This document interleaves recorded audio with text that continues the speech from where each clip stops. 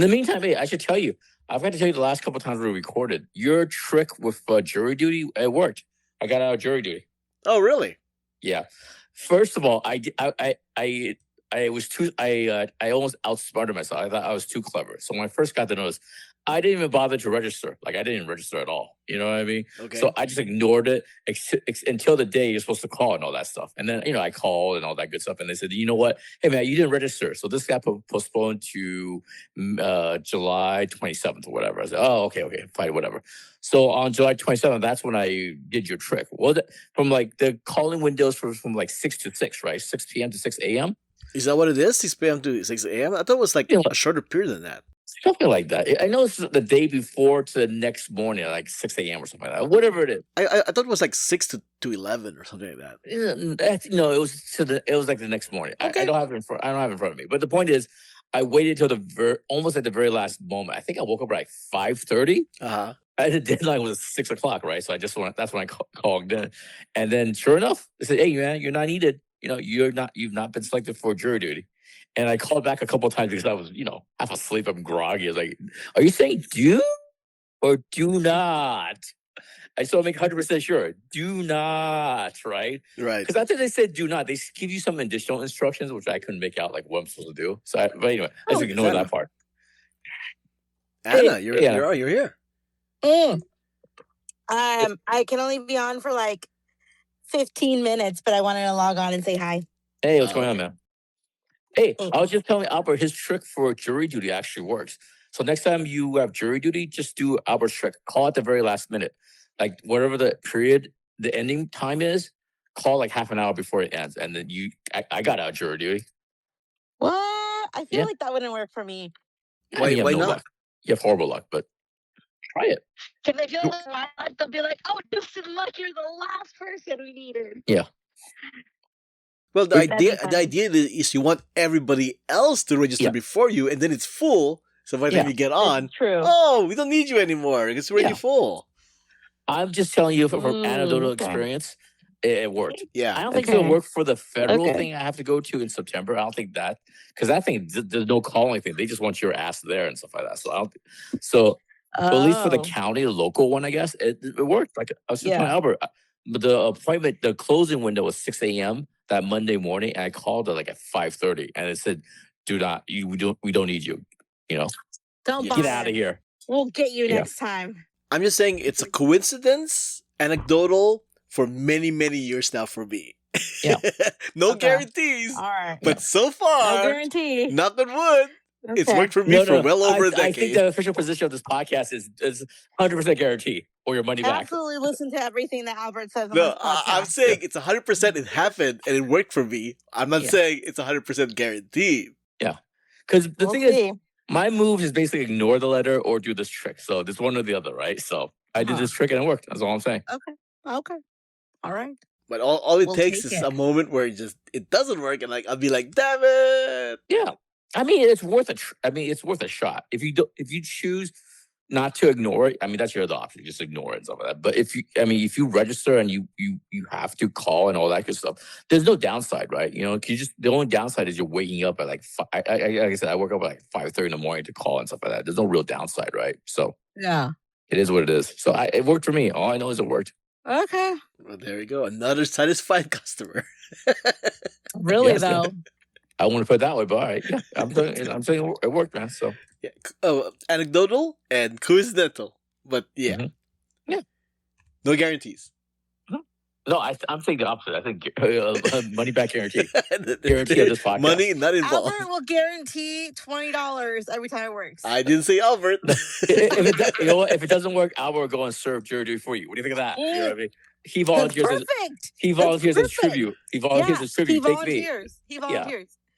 I will play the Hunger Game. I will. So I will sacrifice you so quickly, Albert. But yeah. I mean, logically, there is logic to my madness. It makes sense. I mean, I was thinking about it. Yeah, it makes sense. I mean, like I said, there's no absolutely no downside. Like the week before, because it's a Sunday night into Monday, right? So that like the week before, I emailed my company saying, hey, I may have jury duty, whatever, right? You know what I mean? And like I said, the window is from Sunday at 6:00 to Monday at 6 a.m. Right? That's what I remember on top of my head. So I woke up at 5:30, gave it a call, and there's no downside. So why not? Why not, indeed? Yeah. Should we do the podcast? Should we do this thing? Or should we wait for Ruthie? Okay. She said she can't do it. She did? She just literally messaged saying, I can't make it. I'm so sorry. Let's see. I can't make it. I'm sorry. Okay. Thumbs up. Well, there you go then.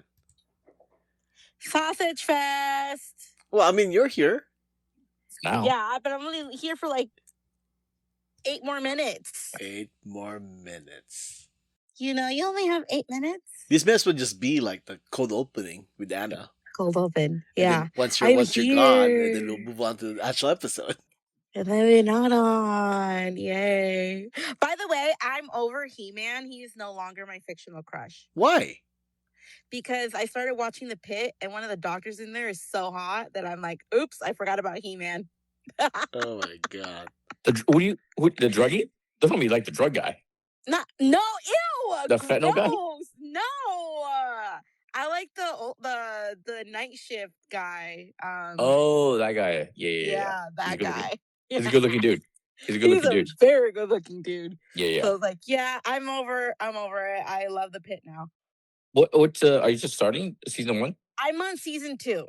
Yeah. I just started the first episode of season 2. Season 2 is not as strong as the first one, but it's still good. It's very watchable. It's still very watchable. You know what I mean? Okay. Why do you say it that way? Huh? It's still very watchable. Why isn't it not watchable? No, there's some character choices that happens in season 2 that I found kind of weird and stuff like that. You know what I mean? But it's not as, I don't know, consistent, or the characterization's not as good as season 1. It's still a strong show. I mean, the reason why I say it's watchable, it's a medical drama. At the end of the day, it's a formula that's been used for like 100 years. You know what I mean? I know. That is true. The hook. I mean, you're always being hooked. The hook always gets you. You know what I mean? Hey, someone gets in there sick. You know what I mean? They got to figure out what happened. You know, what caused it. If they can save them in time, that procedure always works. But some of the choices that they made in the second season, I don't know. But yeah. I guess we'll see. Yeah, it's a good show. I guess we'll see. I'm on the first episode, so. Oh, by the way, Anna, do you have tickets to watch the Odyssey yet on IMAX? Oh God, no! I forgot. So I don't know. I have to see how this week goes, and then see if there's any seats available. But I was gonna do it. You're trying to still watch it in 70mm? I want to. The Irvine one, right? Yeah. Well, that's one of the options, because it looks like there are some theaters that are trying to cash in on this, and they're reformatting their screen so that they can actually support it. Is that possible though? Yeah, you just crop the sides. I mean, the screen isn't as big as the legit ones, but you get to see the full uncropped version. I say you go for the full girth of the. I mean, if you can, sure. Girth. And I heard take it all in. My mama told me there was 26 theaters in the U.S. that can fit the 70mm, and God damn it, I'm sticking with that. Only those 25, 26 theaters. God damn it, whatever it is. They extended it till September, for what I understand too. Yeah. So there's even more and more chances that you can get it. Yeah. Wait, like the IMAX or just the 70mm? The 70mm. 70mm. Yeah. Really? Yeah, because they're trying to cash in as much as they can. Yeah. Well, I'm sure, like, because AMC Mission Valley does have the 70mm. Yeah, see, there you go. He wasn't in the original list. No, well, maybe they'll bring it back in IMAX 70mm, like they brought Project Hail Mary back. Yeah, there we go. So that could be my other chance. My understanding is they are keeping like 70mm. Those IMAX screens are kind of secure for the foreseeable future, right? But the other IMAXs, they're getting booted for Spider-Man. Yeah. Starting last weekend. Yeah, last weekend. They take them off because I'm going to go see the Odyssey tomorrow in regular. It's okay. You'll be fine. Well, that's fine. I've seen it already. Wait, you go watch it a second time on regular? Yeah. And then you might watch it a third time on the 70mm. That does seem like it's a waste, though. If you already watch it regular once, then shouldn't you just? I watch it in Dolby. Oh, well, I mean, it's still the same. I'm going with friends, and it's like the experience. They haven't seen it yet.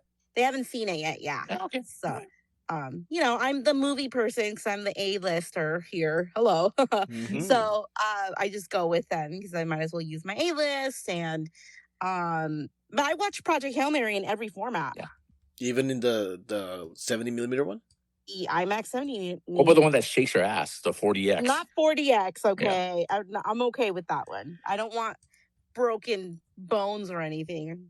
And if I had to guess, just projecting off into the future, I think for the Oscar run or Oscar push, I'm guessing those two new movies will be fighting for the 70mm, right? The Odyssey and also Project Hail Mary. That's what I'm thinking. Because definitely they go re-release Project Hail Mary between now and the Oscar. For sure. Yeah, you know what I mean? Make a big push and stuff like that. Those are going to be the two big contenders, I think.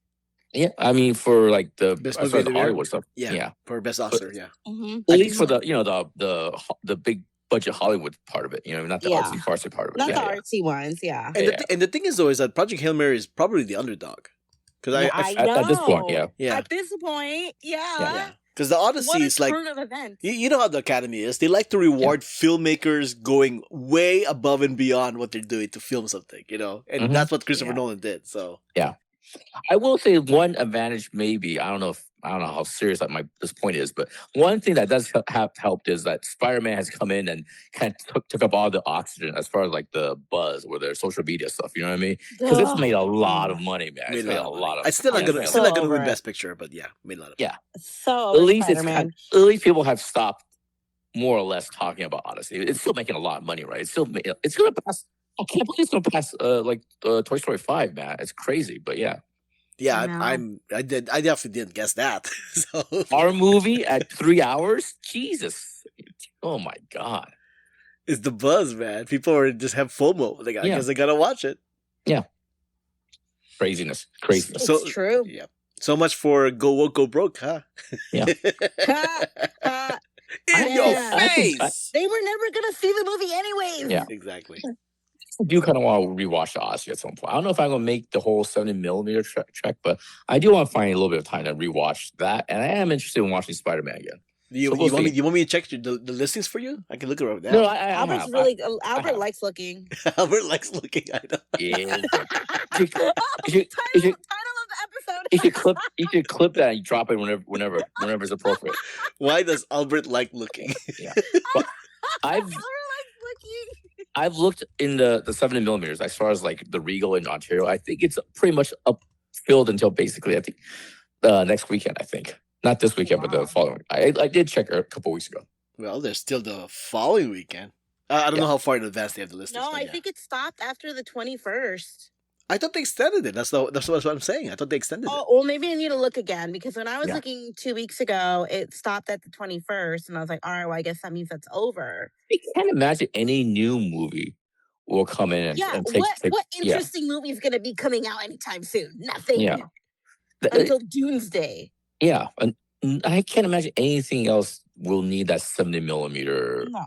Those 26 screens, those 70mm screens and stuff. I can't imagine. Yeah. No way. All right, kids. I'm gonna head out. All right. That's it. Thanks for stopping by. What a good podcast. That's it, right? I know. Oh my God, we're done. Yeah, we're done. Yay! We did it again. we did it again. We're so good at this. Albert likes to look at things. Yeah. Okay. All right. Peace out. Bye. Next week. Well, I'm still looking for you. According to this, what time would you prefer? On a Saturday? Could be if I had to go Saturday or Sunday as early as possible. I don't want to 8 o'clock. That's a crazy. That's 11:35. It's a 30-minute drive. 11:35. Mm-hmm. Oh yeah, that's sold out. So let me see the following Saturday. I'm looking at Ontario only. Ontario is also still a pretty good theater. So it's slightly taller than Irvine, and then Irvine's slightly wider or something like that. Mm-hmm. Yeah, wider. Yeah. So let's see. Okay, here's 11 o'clock. Anecdotally, I remember Ontario being bigger. You know what I mean? I remember Ontario being huge. The Irvine one is just as huge, but like I said, there's a slight differences in size. The one for the 22nd is also mostly booked. There are some seats, but they're too close. I would not recommend it.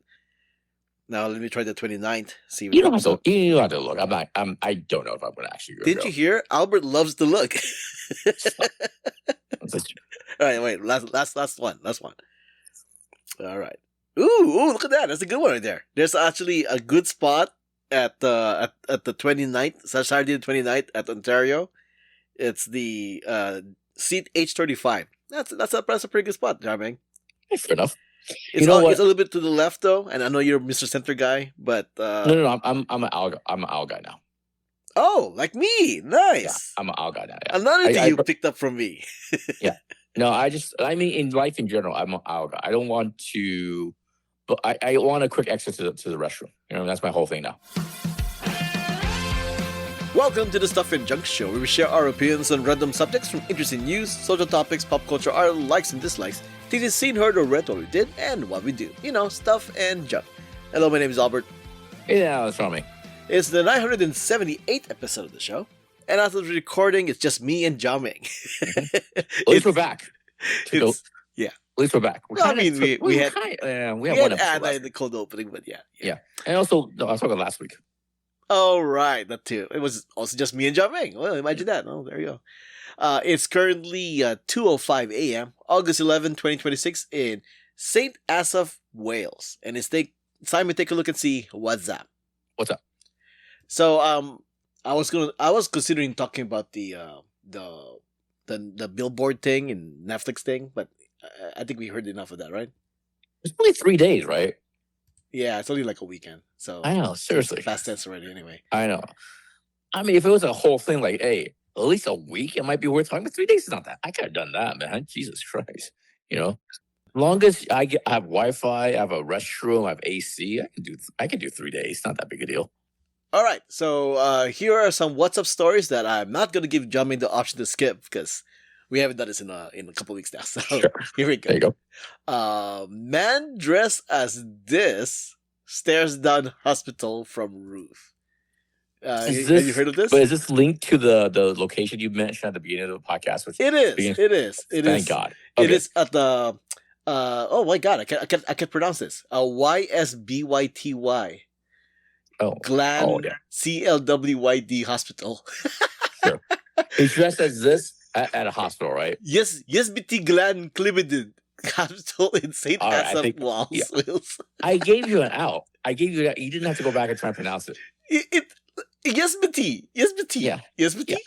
Yes, BT. Yes, BT Gland Limited right now. Gland. Just so we're clear, you're not having a stroke, right?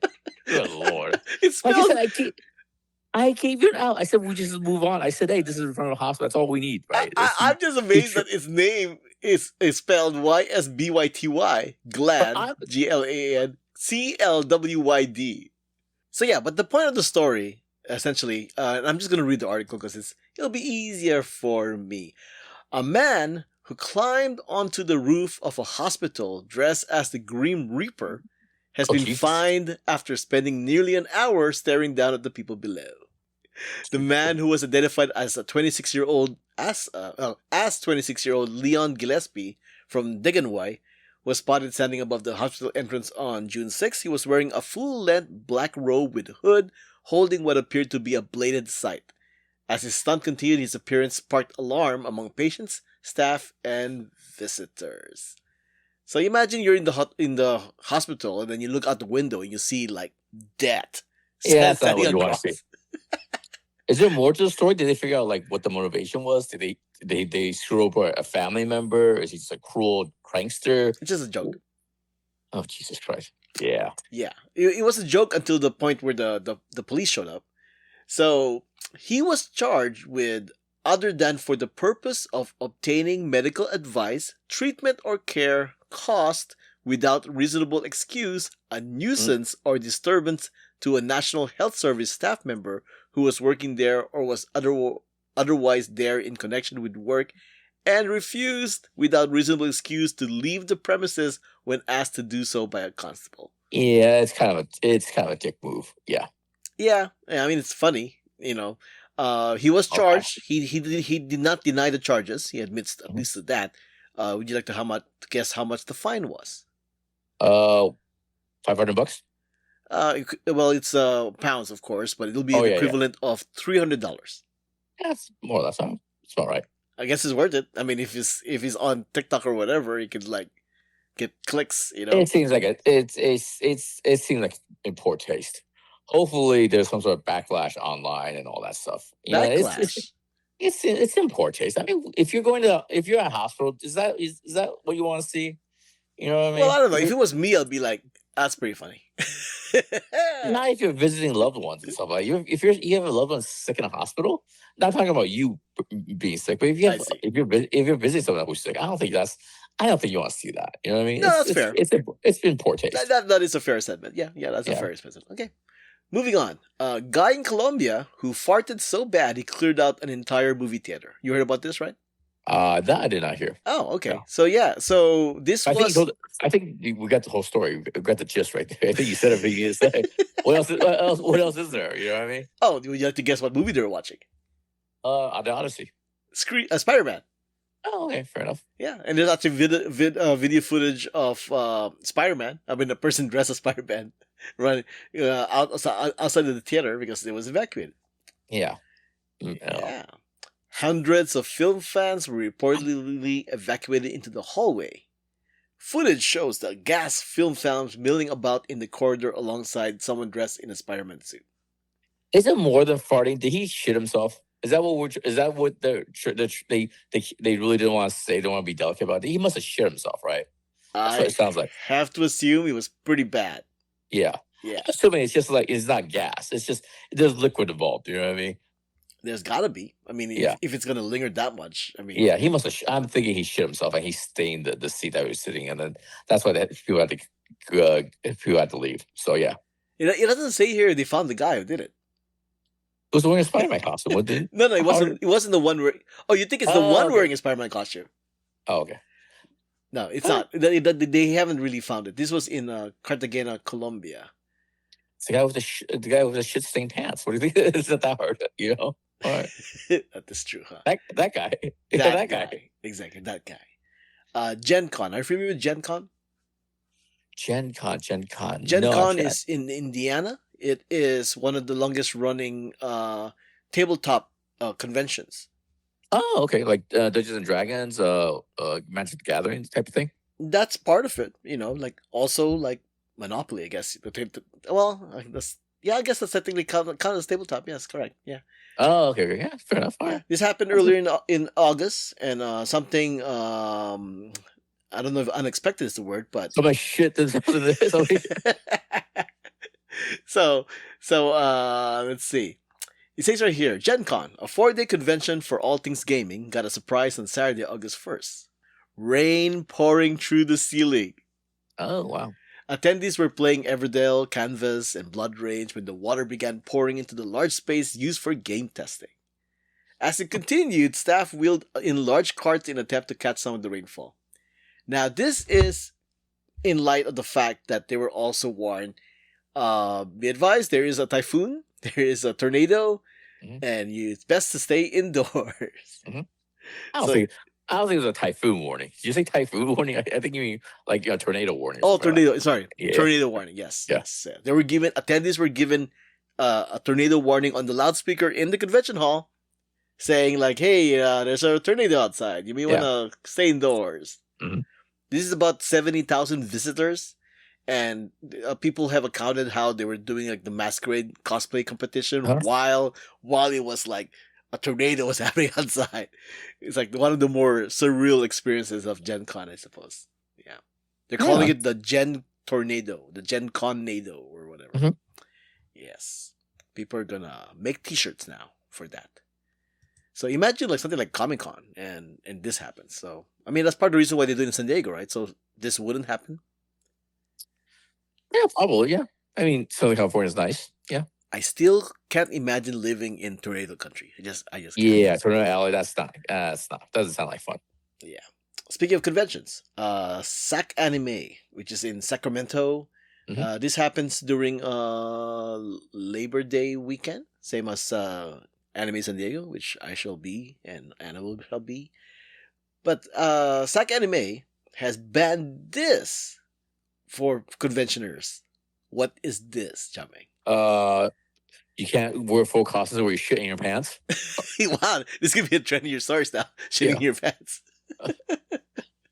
Let me see. Probably, this seems too obvious, but maybe no, like 3D guns and stuff like that. You know what I mean? It could be laser guns, like laser rifles and stuff like that. But it can't be like you can't be like the Punisher, like realistic guns. How about that? No.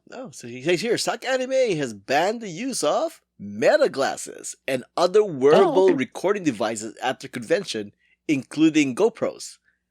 Makes sense. Immediately. So I would say yes, this does make sense. I always thought it was kind of creepy. Like in Google Glass started it like a decade ago when it was still in beta. Like people started questioning, hey, we don't want you just willy-nilly recording people and we don't even know it's happening, right? Yeah. Immediately there's supposed to be like a red LED that flashes up, but that can easily be covered up, right? Yeah. So I'm not sure if this is the first convention to say those are not allowed, but I think this should be a trend.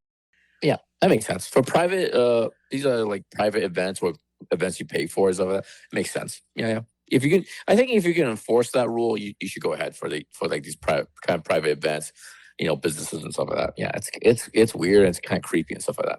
Yeah, the reasoning is simply put, like they don't want people to be recording people who are unaware that it's happening, especially if it's in very inappropriate or sexual manners and that kind of stuff, Yeah. So, yeah, I mean it's smart. I think saying GoPros, it might be.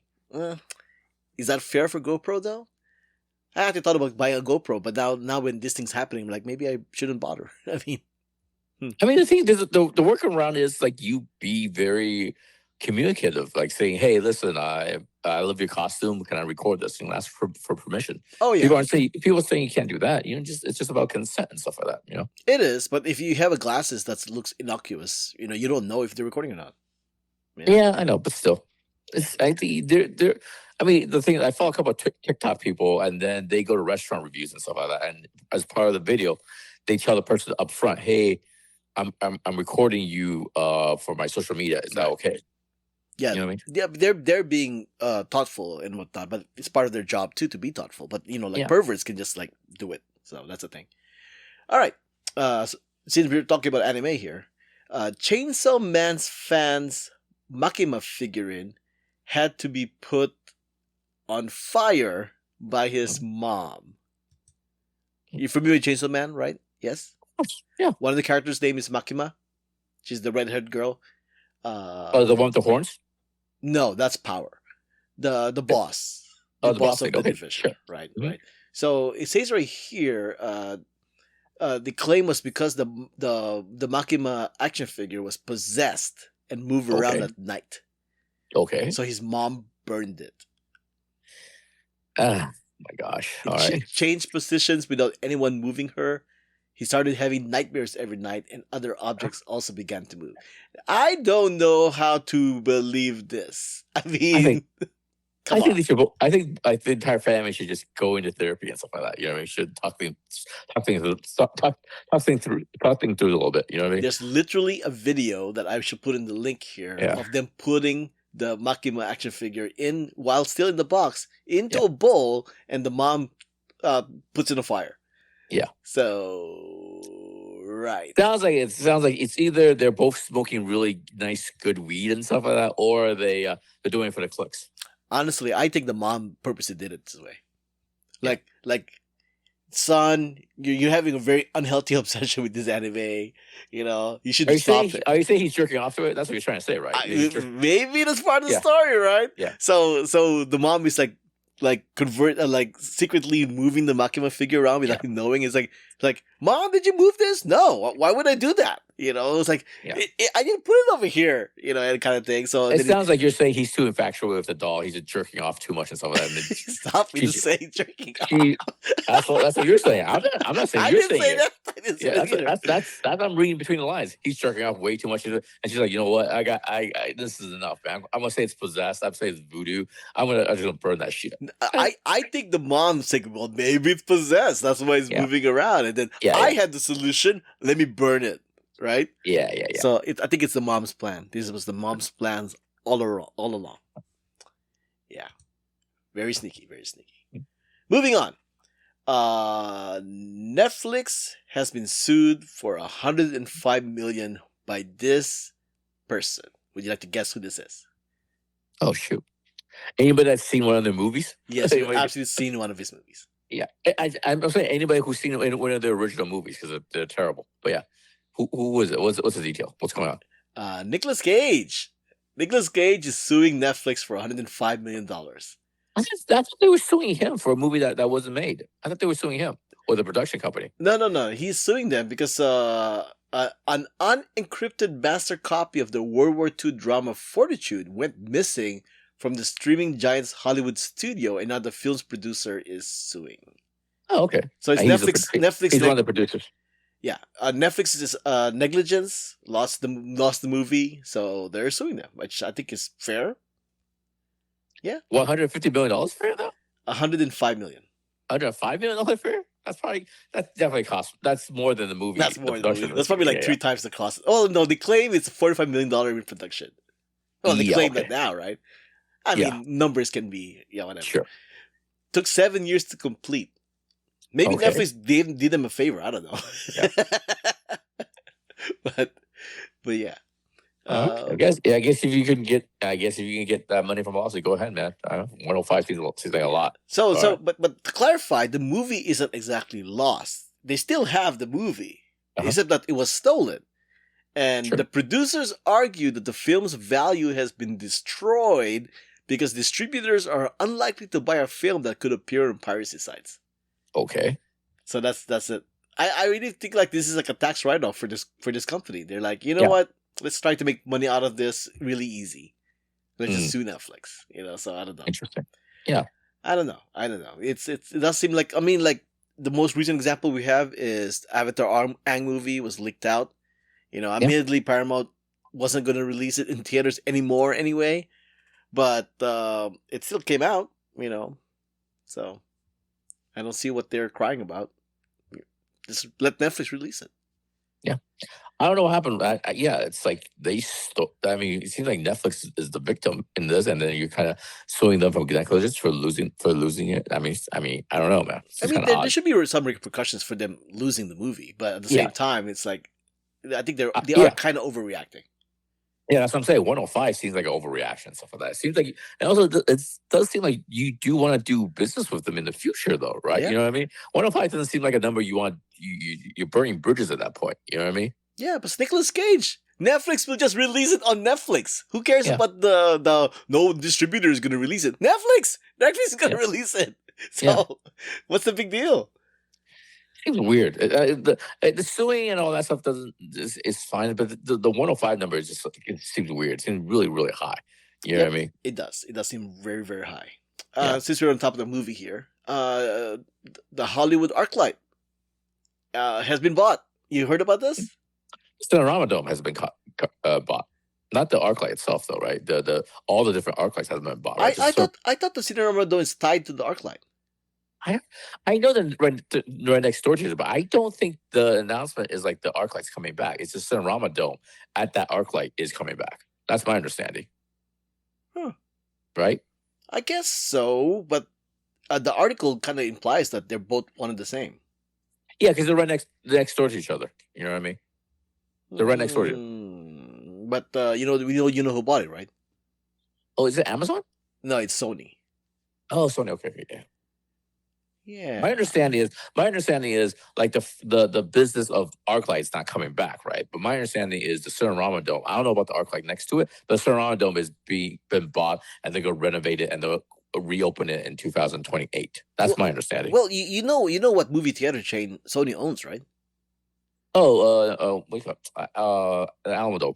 Go ahead. Alamo. Is it the Alamo Dome? I combined the two things. Alamo Draft House. Alamo Draft House. So the ArcLight is going to be in Alamo Draft House. Okay. And according to this article, the Cinerama Dome is part of that. Yeah. Mm-hmm. So Sony's going to own Cinerama Dome as well. I think have you been to the Cinerama Dome, right? I'm assuming. Yeah, we went. I mean, this is a loaded my Eagle, but we went there together once. Remember? We went there for the ArcLight. I don't remember Yeah, going. I went to the ArcLight, but not the Cinerama Dome itself. No. Oh, right. Okay. I've been to the Cinerama Dome, but you have also, right? I have not been inside. Oh, okay. It's really huge. Yeah. It's a huge ass. That's what she said. Yeah. it's like another like not a like let's say like the Sphere in Las Vegas, right? Where the seating is like humongous. You can like fit like hundreds of people in the theater. No wonder. Is it 70 millimeter big? Oh, it's long. Oh no, it's okay. It's more wide than tall. Okay. So the only kind of 70 millimeters they could do really is a CinemaScope or like Tarantino's like 70 millimeter widescreen thingy. VistaVision, perfect for that. Perfect for Cinerama Dome. But the IMAX thing, no, it's not gonna work because you can't add that to the list. You can't add that to a 20-some-odd list in the US. Hey, Sony, make it into an IMAX 70. Do it. If you do that, you will fill in those seats. They should do that. Yeah. I heard an announcement. I actually I mean, whenever they can play, it's 2028. It's a long time from now, but I will kind of, I should go there. I should go to Cinerama Dome. I've been, like I said, I've been to the ArcLight next door. I've seen a bunch of movies there, but not the Cinerama Dome itself. I haven't been inside, as far as I remember. So I am looking forward for them to refurbish it, reopen it in 2028. Yeah. Admittedly, when I did go there, because nowadays movies are not filmed in CinemaScope or VistaVision. It's cropped on the side, but you still get widescreen. So basically, you get widescreen, and it's still cropped on the side because the screen they have in the Cinerama Dome is wide. So yeah. I would just go there just for the just for the fact, just to go there and stuff like that. Like I said, I've never been there. I should go. I should just go there just to watch a movie, whatever it is. Yeah, that's fair. Yeah. All right. Shout out to Cinerama Dome. It only took 6 years. By the time they reopen, it'll be almost a decade. So shout out to why so soon? There you go. They should convert that to a ScreenX theater. Oh, that'll be perfect for ScreenX. Which one is which one is that the one with the chairs movie and stuff? No. ScreenX is the one where it's a wide. There's left and right. There's like extra screens to the side. Yeah, the left and right ones. Yeah, I've always said ScreenX kind of like a scam because the ones on the side are like, I think they're either done using AI or approximate video of what they've shot on set. I saw the second Avatar movie in that format. And it's fine. You know what I mean? It's not like I haven't thought about it since. You know what I mean? It's not like something I would go back to, or it's part of my. I'd sooner watch a movie in 70 millimeter. I'd soon watch it in in that 40X, the one with the moving chairs and stuff. You know what I mean? Yeah. So ScreenX, I've been to several ScreenX because a lot of the early screenings in one of the theaters I go to is somehow always on the ScreenX screen. I'm like, why? Yeah. Like I saw Masters of the Universe in ScreenX, okay, because that was an early screening access or whatever. But point is that like the side thing I've always complained, or like they're like low quality, approximate like video thing. Doesn't really add to experience. Yeah. Which I'm gonna add now. Spider-Man Brand New Day apparently is the very first movie where they literally shot the footage for those side screens.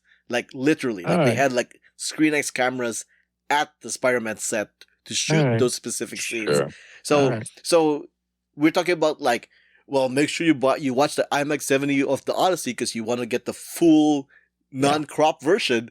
Well, for Spider-Man Brand New Day, if you want to see the non-crop version for some sequences, you gotta watch it in ScreenX. It's fine. It's fine, guys. All that stuff, it's fine. You know what I mean? It's fine. You just watch the movie. It's fine. Everything's okay. You know what I mean? Not everything has to be a thing. You know what I mean? It's fine. You know what I mean? It's fine. You gotta make money somehow. Yeah. All right. Make a good movie. Let's just do that. And that's what's up. What's up? Now this is the part where Albert has a list. So the one I chose here because it's just me and you, and I can always do movie stuff with me and you. The 20 highest grossing directors of all time. Highest grossing. It sounds like who's the grossest? No, box office. Sure. 20 highest grossing directors of all time ranked. Right? So, and they have a number here, billions for a lot of them. Let me see, the last one is also a billion. The number 20 is also a billion. They're all billions. Okay, they're all billions. Is it worldwide or is it just domestic? I'm thinking it's worldwide because like one of them is 6.8 billion. And there's no way that's domestic, right? Sure. Yeah, that makes sense. So go ahead. What are your guesses? Some of the stuff I think is pretty easy. I'll start with Spielberg. Spielberg number one. Yeah. Number one at 10.7 billion. Makes sense. I'll do a little bit fancy and a little bit more recent. I'll do the Russo brothers. Russo brothers, 6.8 billion. Number 3. I'll say George Lucas with those thanks to those awful prequel movies. 5, 6. Where's George Lucas? Oh, still going down. Are you serious? Not in the top 20. How is that possible? With those prequels plus the first Star Wars, that should be enough. He's not in the top 20, Jiaming. Like, I don't see him on the list. That can't be right. I don't see him on the list. Check the numbers again. Check the numbers again. How is it possible? How is Star Wars not on this list? That's wild, man. Well, there's another director who did Star Wars who's on this list. Imagine that. Irwin? Or who? No, not him. The other guy. J.J. Abrams? J.J. Abrams. 4.6 billion. So the only Star Wars director that made it on the list is J.J. Abrams? That can't be right. That can't be right.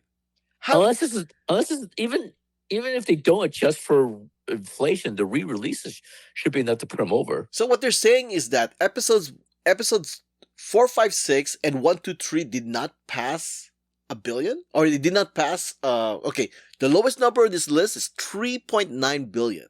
So you're telling me that the first 6 episodes of Star Wars did not pass 3.8 billion? No, they're not going to count the first 6 Star Wars movies because he didn't direct.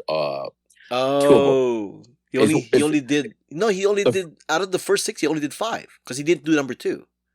He didn't do number 2. He did the original Star Wars and then did 3 prequels. He did 4 of them. Oh, then that will explain it. Then that will explain why he's definitely not. But I'm saying that I realized that I knew that from the beginning. But that should be enough. The original trilogy plus the first movie, Star Wars, and then plus the 3 prequels should be enough. But not enough because, like I said, the lowest number here, number 20, is 3.9 billion. You want to guess what that is? I was actually going to just guess Christopher Nolan next. Oh, Christopher Nolan number 2. He's number 2 at 6.1 billion. My bad, not number 2. That's the other guy. What is he? Okay, well, it's not numbered. I'm counting here. 1, 2, 3, 4, 5, 6, 7. Christopher Nolan number 7 at 6.1 billion. Fair enough. Let me see. Did Ryan Coogler direct enough for Sinners and the 2 Black Panther movies? No, is that enough? Not enough. I don't see his name. Oh, that sucks. Oh, the amount of guesses. What else is there? All right, maybe just go down the list. Yeah, go ahead. Or do you want to do one more or 2 guesses? Let's see. There's no women on the list, right? Oh, that's a good question. Any women in the list? Greta Gerwig? I do not see that. That's not enough. I mean, what is showing? Barbie is strong, but not enough. Remember, the lowest is 3.9 billion. Yeah, that's what I'm saying. Yeah. Barbie gets you 1, but she needed 2 more. But that's not enough. What else is there for us? J.J. Abrams, right? We guess. Horrible movie. Some of these people normally do horrible movies. Yeah. There should be one. Michael Bay. Very good. 6.5 billion. Yeah. Ugh, so 1, gross. 2, 3, 4. He's number 5 in the list. Richard Donner? I think his movies are more in the 80s and 90s. Yeah, I don't think that's enough. Not really high grossing. Well, high grossing for the time, but this is not. I'm pretty sure this is not adjusted for inflation. Yeah. What else is there? Barry Sonnenfeld with the Men in Black movies? I did not see it. His name is not on the list. What were the 2 guys that did those? What do you call it? Independence Day, Godzilla. Those guys. Oh yeah, one of the Independence Day Godzilla guys are definitely on here. Oh, okay, there you go. You forgot his name? I forgot his name. I don't know. Roland Emmerich. There you go. 4.0 billion. 4 billion. Bryan Singer didn't do enough X-Men movies, did he? Bryan Singer's not on this list. No. Okay. All right, then those are all my guesses. All right. So number 20, John Watts. Purely for Spider-Man, I guess. 3.9 billion. That makes sense. Each one of them basically made $1 billion, right? Yeah, that makes sense. Very much. Okay. Number 19 is Roland Emmerich. Number 18, Sean Levy. 4.1 billion. Yeah. Number 17. For the record, I'm worried about Star Wars. I'm worried about Ghost Rider. Number 17. And I like this movie too. Sorry, go ahead. Number 17, Chris Columbus. 4.1 billion. I'm assuming Home Alone and Harry Potter stuff. Right? Makes sense. Yeah. Although he only did 2 Harry Potter movies, of course. Yeah. No, but he only did 2 of them. Yeah, but Yates, by that logic, David Yates should be on there too, right? Did I see his name here at all? It has to be. Maybe I'll get to that. Oh yeah, he's right there. 6.4 billion. He's there, right? He's in the top 10. Yeah. We'll get to him. Of course. Let's see. Number 16, James Wan. 4.2 billion for all those scary movies he does. I mean, not scary movies, but like Scream, not Scream. Oh, Paranormal? No, which one was he? Oh, he's the Saw. The He did Saw, movies. but not all of them. Saw, Annabelle, Insidious. Oh yeah, the Conjuring universe. Conjuring, yeah, that too, right? He directed like the first chapter, the first in all those series, right? So yeah, I get that. Also, he did one of those. Didn't he do one of the Fast movies? The Hobbs. He did. Oh, dude, I think the majority of his money here is from Fast movies. Yeah. So this guy, I'm gonna guess whether you know this guy or not. Oh, also the Aquaman movie. Remember? Oh yeah. So This because it's likely that he didn't do billions with the scary ones he did, but those. I think for him it's just a quantity thing. You know what I mean? Yeah. Very good job for you, Jason. Chris Renaud. Do you know who that is? Chris Renaud. No idea. Despicable Me guy. Oh, of course. 4.2 billion. Oh, I guess I could have guessed on the Pixar people. I guess I guess it makes sense. All right. Sam Raimi, 4.3 billion. Number 14 makes sense. Number 13, Ron Howard, 4.3 billion as well. That's more of a quantity thing. Yeah. Number 12, Jon Favreau, 4.3 billion. Thank you, Marvel. Makes sense. Robert Zemeckis, 4.4 billion. And that's definitely quantity because he's just a bunch of stuff. Peter Doctor, is that the guy, the Pixar guy? Yeah, but he only does like 1 or 2 movies. I don't think it's gonna pass like 3.8 billion. It should be enough though. The guy who did the Finding Dory's and all that stuff. Well, if I see his name on the list, I will. Yeah, if you see a Pixar guy, let me know. Yeah. J.J. Abrams, 4.6 billion. Number 10. Tim Burton, 4.9 billion. Oh, that's right. Yeah, that's also quantity too. Quantity, but also one of those at least that first Alice movie made like $1 billion, right? So yes, that's right. The Disney ones he did are actually pretty blockbuster ones. Yeah. Number 8, I believe, Ridley Scott, 5.0 billion. Oh, that's definitely the numbers, just quantity. Yeah, that's just quantity. Yeah. Yeah. Christopher Nolan, 6.1 billion. We mentioned that. David Yates, 6.4 billion. We mentioned that. Oh, we had the top 10 yet? Oh, this is top 10 already. Yeah. Okay. Michael Bay, 6.5 billion. Peter Jackson, 6.6 billion, purely on Lord of the Rings, for God's sakes. It's not from those Hobbit movies, the Hobbit series. You know what I mean? 6.6 billion? Those 3 movies made him like that much money? I guess no. Those Hobbit movies did make money too, right? Those Hobbit series. That trilogy. So 6 movies. So 6 movies plus King Kong. Yeah. Dang, that's a pretty good. That's a pretty good get. Russo Brothers, 6.8 billion. James Cameron, 9.8 billion, and Steven Spielberg, 10.7 billion. Oh, you didn't guess James Cameron at all? Totally forgot about him. Yeah. I thought you did. Totally forgot. James Cameron. Mr. Avatar guy. Shout out to him. And there you go. That is Mental Floss's list of the 20 highest grossing directors of all time. Mm-hmm. Fantastic. All right, now what's up with you, Jiaming? What else you got? Oh, the 5-minute bit. Actually, I don't have a 5-minute bit. I won't combine my 5-minute bit with the recommendations, stuff like that. Yeah, that's fine. Let's skip that. I'll mention a few Comic-Con stuff. I think I did not tell all my stories at the Comic-Con thing. I know you didn't listen to the episode, but I know I mentioned the Christian Kriak thing, and I'm not going to repeat that here. There was a few moments that I don't think I remember mentioning on the podcast, like just walking down the aisle, you know how they have like lines for like freebies or interactive stuff or whatever. I was walking by this booth, and on one of the walls of the booth there was a sign that says like press button for price. So I'm like right next to him, like, oh, okay. So I press button, right? And then this person's hand pops out with a price. I'm like, cool. And then right from behind me, somebody goes, there's a line. I look behind me, he's like, oh yes, sorry, it was just right there. I just felt like pressing it, kind of thing, And then the person attending the thing finally noticed me and is like, "Give me that." I'm like, okay, they took it back from you. They took it back from me. It was like tokens for like this like commemorative coins kind of thing. Yeah, it looked cool, but no FOMO. Yeah, but it's an honest mistake. I mean, you didn't deliberately do that. It's an honest mistake. There's a lot happening at Comic-Con. Exactly. One of the other things that happened that I think I forgot to mention, that now I already forgot about it, quite honestly. Do you guys make it to Hall H at all? We went to Hall H for Spaceballs, for Kevin Smith, that kind of stuff. But we did not bother with Marvel Studios. Like we literally, I told Anna, we're not doing Marvel Studios, okay? Because I'm not willing to wait in that line. Even for press, press also depends on like how many seats there are, right? Right. And I'm like, I'm not gonna wait for it. So it's like, forget that kind of thing. Did they show? I heard about the Spaceball. I know they filmed Spaceballs too. Did they show any footage? Right. They showed some clips. Yeah. Oh, did they really? Oh, because then they make it online. Okay, they look good. They look funny. It looked funny. Like all the clips they showed were funny. You know, so it's like this is like hopeful kind of thing. What may not be hopeful is that did you watch that movie on Apple TV? The movie about what do you call that? I forgot. Not tennis. Pickleball. Yeah. The Dink. No, not yet. The director of that is one of the people in charge of Spaceballs. The next one.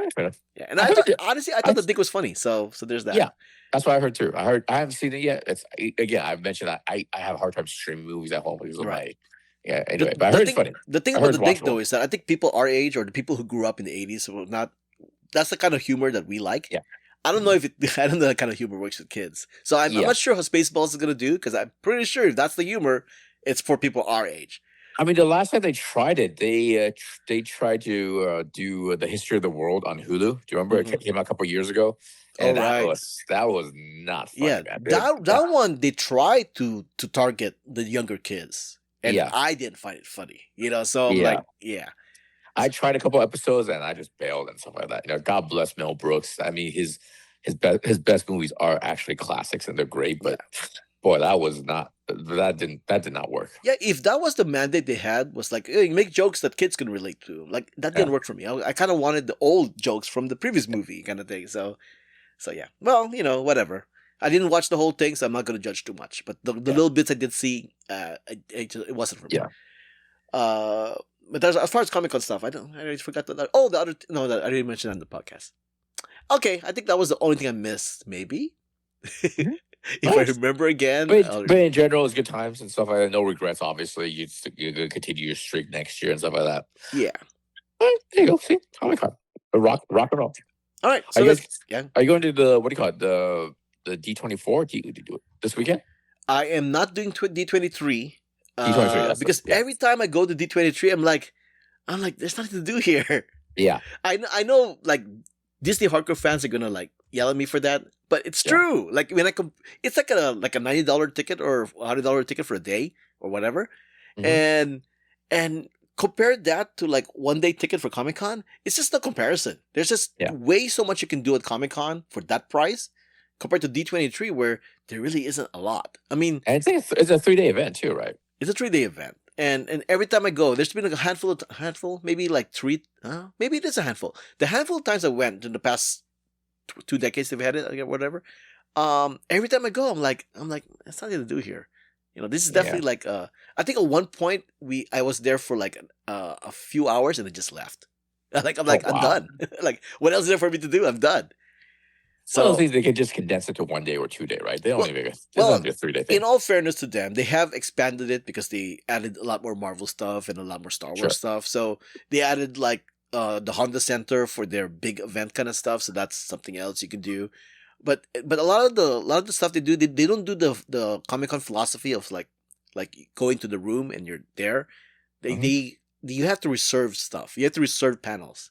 So if you don't reserve panels, you're not going to panels. And if you're not going to panels, you're going to the exhibit hall, and they don't have a lot of exhibit hall because it's not primarily third-party vendors, it's primarily Disney vendors. And there isn't a lot of them to fill in the whole hall. Yeah. So I'm like, there's nothing for me to do, kind of thing. So I'm like, yeah. But yeah, Disney fans, I'm sure you're going to enjoy it, but it's not for me. Yeah. All right. There we go. Let's move on here to... All right, thanks for listening. You can find this podcast on Instagram, Blue Sky Trends, and YouTube at Stuff Jug Show. You can find me, Albert, on Instagram and Letterboxd at Albert5x5.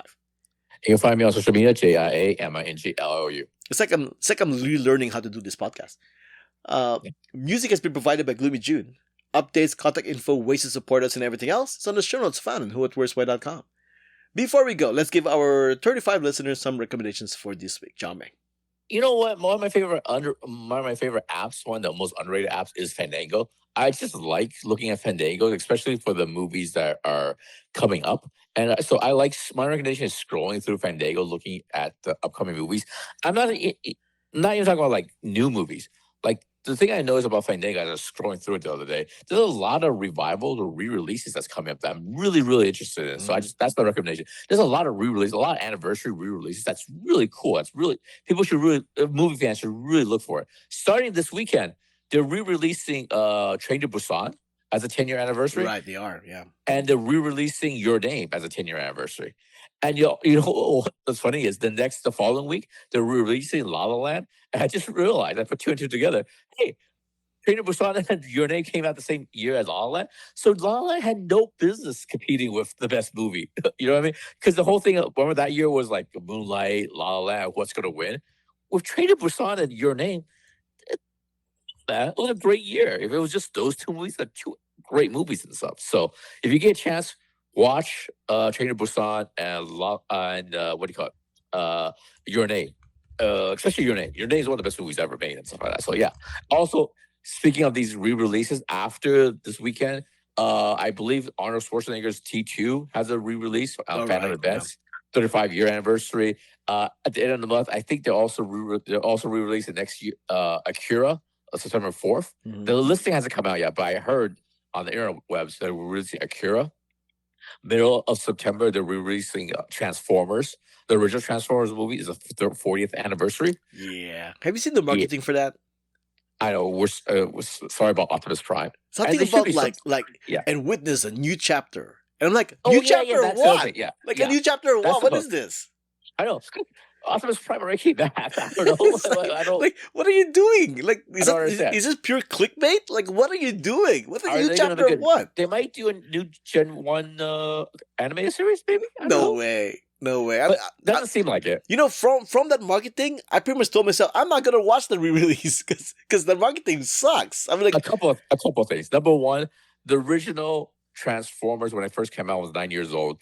The death of Optimus, spoiler alert, Optimus Prime was a big deal. It was. That's number one.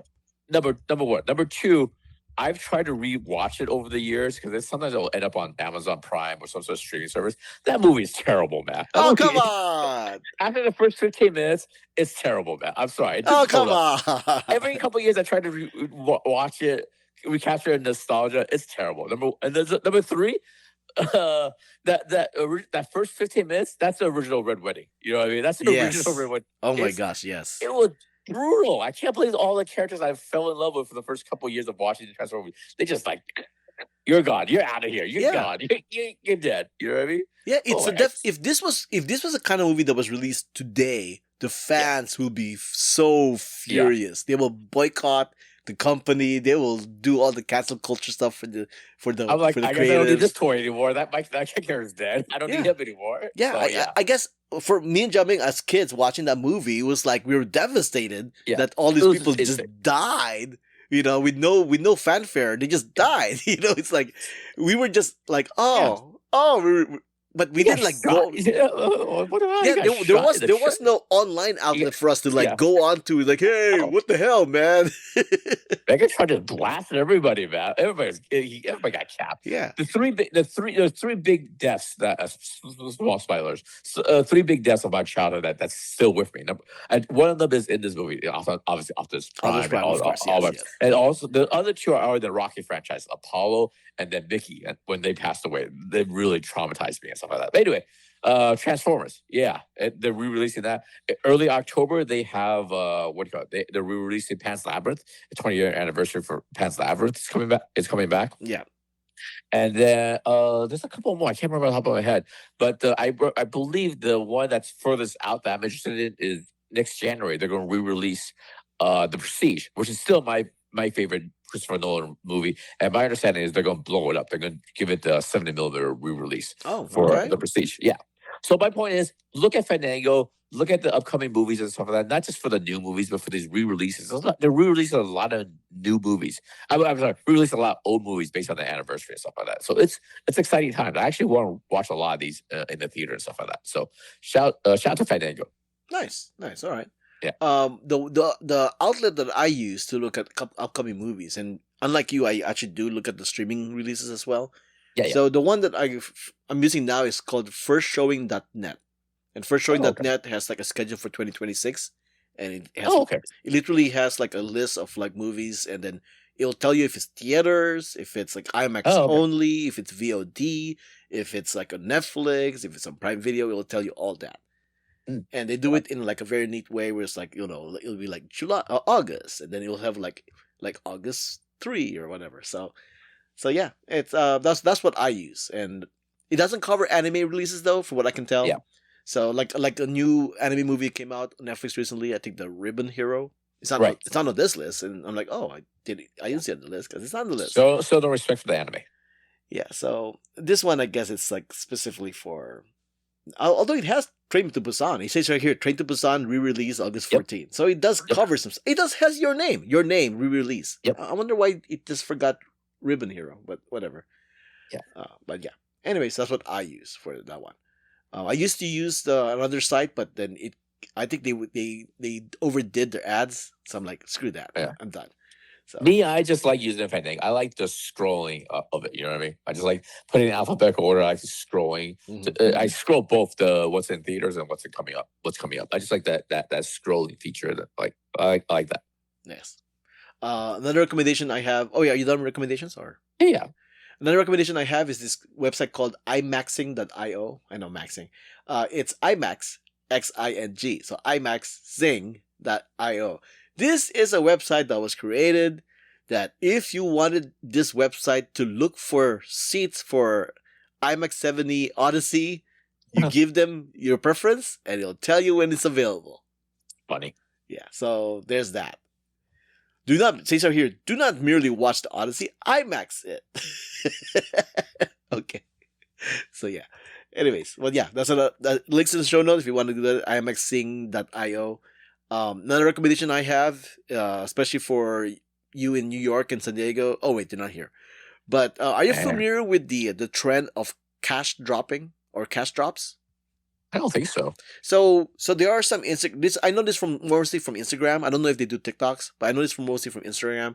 They have like Instagram stuff like OC Money Hunt or SGV Hunt, where a person will like drop like wads of like cash, like $100 bills or $20 bills, put it in an envelope and put it in a location somewhere in the city, and he'll do it on video, and you'll see where he dropped it. So if you recognize the location, you quickly rush it to try to get the money.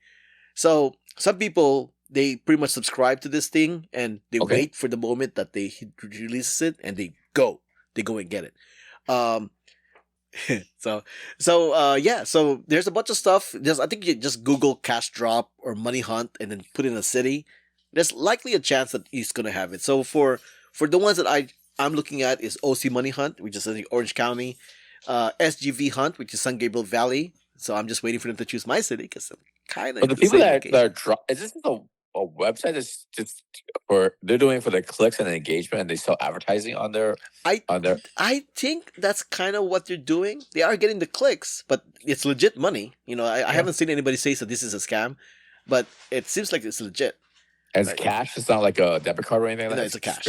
Straight up cash. It's a wad of cash in an envelope, and they drop it somewhere. You know, and it's not always not obvious because first off, it's in video.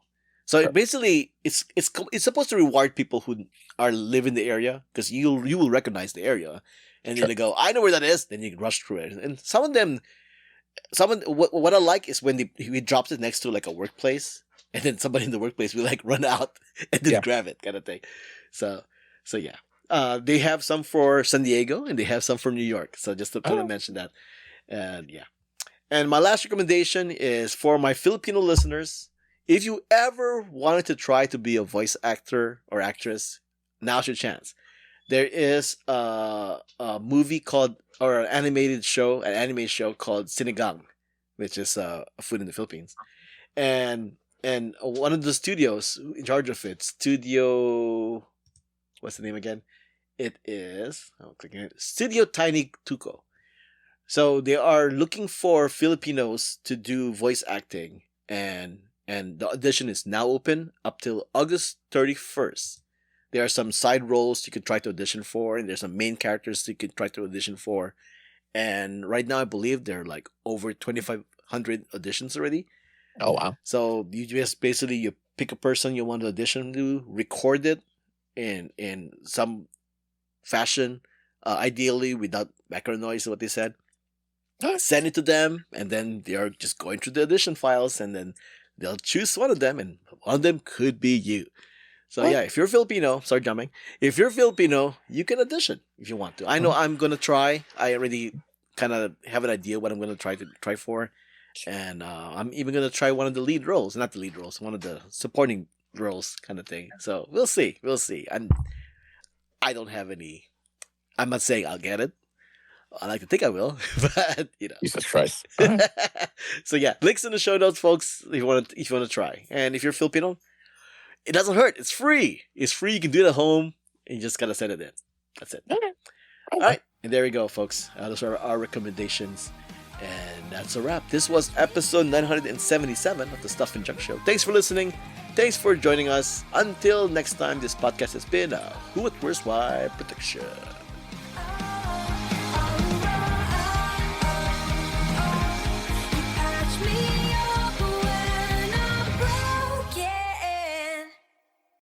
Are you caught up in House of the Dragons? Yeah, I finished it last night. Yeah. Mm-hmm. Last night was one of those moments where I'm like, I'm glad I got a big ass TV and a nice surround system, because this was what was made. Well, this is why I bought this giant TV. Yeah, like it's like I was watching cinema on my living room, and it's amazing, I will say this. I think I said something after the first episode. I thought the first episode was uneven. And then I kind of waited a couple of weeks and then started binge watching and then started watching week for week. I will say this. At the end of the season and stuff like that, the conclusion is, for me, is this is easily the best season that they've ever had. Season 3 is the best. Yeah, it's not even close. And specifically after the first episode, which I thought was uneven, the second one was rock solid. And the third episode, which is the POV episode, I don't want to spoil it. It was a POV episode. Yeah. That's easily the best episode they've ever had, throughout the series and stuff like that. And then from there, it was just really, really, really solid. There was one clunker towards the end that I felt like it repeated a lot of things. And the season as a whole, if I had to say anything bad about it, is like anytime they go to Heron Hall, I just want to jump out the window. I swear to God. It didn't work last season. It didn't work this season. There was a big reveal as what's going on in Heron Hall. Yeah. I'm like, it's too little, too late, baby. Too little, too late. I don't give a rat's ass. You know what I mean? Too little, too late. All right, anything about Heron Hall is bad. But other than that, fantastic. I love the season. I love the new characters. I love the fact that the old characters went to different positions. In the game and stuff. They just switch places. Blah blah blah. They cannot run out of douchey villain back guys. You know what I mean? Yes. Yeah. They just never run out. You know what I mean? And then what else did I like? I like the fact that it wasn't just like one. It's just like not the blacks and the greens.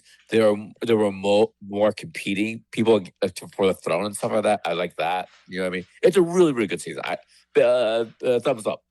Yeah. Without spoiling anything, I like to say when I turned on the episode for the season finale and the title was "The Treasons of Tumbletown," I'm like, what does that mean? And then when you watch the episode, that's what it really means. Like it means a lot of things. It means a lot of things. Yeah, it says a lot. It says a lot. I also like the fact this is classic Game of Thrones. Your allegiance to who to root for suddenly switches. Yeah.